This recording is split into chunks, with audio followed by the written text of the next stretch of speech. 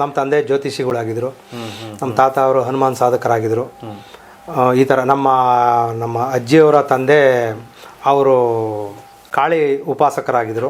ಅವರು ತ್ರಿಕಾಲ ಗೊತ್ತಿತ್ತು ಅವ್ರಿಗೆ, ಅರಮನೇಲಿ ಪಂಡಿತರಾಗಿದ್ದರು. ನಿಮ್ಮ ತಾತ ಅವರು ನಮ್ಮ ಅಜ್ಜಿಯವರ ತಂದೆ. ಅಜ್ಜಿಯವರ ತಂದೆ ಈ ಥರ ಅರಮನೇಲಿ ಪಂಡಿತರಾಗಿದ್ದರು. ಹೀಗೆ ಎಲ್ಲ ನಡೀತಾ ಇತ್ತು. ಅಂದರೆ ಸೀಕ್ರೆಟ್ ಪಂಡಿತರು, ಬಹಿರಂಗವಾಗಿ ಬರ್ತಾ ಇರಲಿಲ್ಲ. ಅವ್ರ ಹೆಸರು ಎಲ್ಲೂ ಉಲ್ಲೇಖನ ಇಲ್ಲ. ರಾಜರು ಅವ್ರಿಗೆ ವಿಶೇಷವಾಗಿ ಸ್ಥಾನಮಾನ ಕೊಟ್ಟು ಅವ್ರನ್ನ ಇಟ್ಕೊಂಡಿದ್ರು. ಯಾರೇ ಬಂದರೂ ಇಂಥವ್ರು ಇಂಥ ಹೆಸರು ಅವ್ರು ಬರ್ತಾ ಇದ್ದಾರೆ, ಆಮೇಲೆ ಇವ್ರು ಇಂಥ ಕೆಲಸಕ್ಕೆ ಬರ್ತಾ ಇದ್ದಾರೆ ಅಂತ ಹೇಳ್ತಾಯಿದ್ರು. ಅವ್ರಿಗೂ ಅಷ್ಟೇ ಮಾಟ ಮಂತ್ರ ಮಾಡಿ ತಲೆಗೆ ಮಳೆಗಳು ಹೊಡೆದಿದ್ರು. ಅದನ್ನು ಈ ವೈದ್ಯರು ಪರೀಕ್ಷೆ ಮಾಡಿದಾಗ, ಅಂದರೆ ಅವ್ರ ತಲೆನ ಹೊಡೆದು ನೋಡಿದಾಗ ಮೆದುಳಲ್ಲಿ 100 ಮಳೆಗಳಿತ್ತಂತೆ. ಮಾಟ ಮಂತ್ರದ ಮೂಲಕ ಮಾಟ ಮಂತ್ರ ನಾವು ಏನು ಅನ್ಕೋಬೇಕು ಅಂದರೆ, ಈಗ ಕೆಲವರು ಹೇಳ್ತಾರಲ್ಲ ಮಾಟ ಮಂತ್ರ ಏನೂ ಇಲ್ಲ ಅಂತ.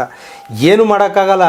ಅದು ಏನಂದರೆ ಇವಾಗ ನಮ್ಮ ಕಣ್ಣಿಗೆ ಕಾಣಿಸ್ತಾ ಇದೆ. ಅದು ನಾವು ನಂಬದೇ ಇರೋರೆ, ನಾವು ಯಾವುದೂ ನಂಬ್ತಾ ಇರಲಿಲ್ಲ. ದೇವ್ರಿಗೆ ಬೈದಿದ್ದೀನಿ, ಆ ಥರದ ವ್ಯಕ್ತಿ ನಾನು. ಆದರೆ ಇವತ್ತು ದೇವರೇ ಎಲ್ಲ ಇವತ್ತು ನಮಗೆ. ಅದೇ ದೇವರಿಂದ ಇವತ್ತು ನಾವು ಹಲವಾರು ಜನಕ್ಕೆ ನಾವು ಸೇವೆ ಮಾಡ್ತಾಯಿದ್ದೀವಿ.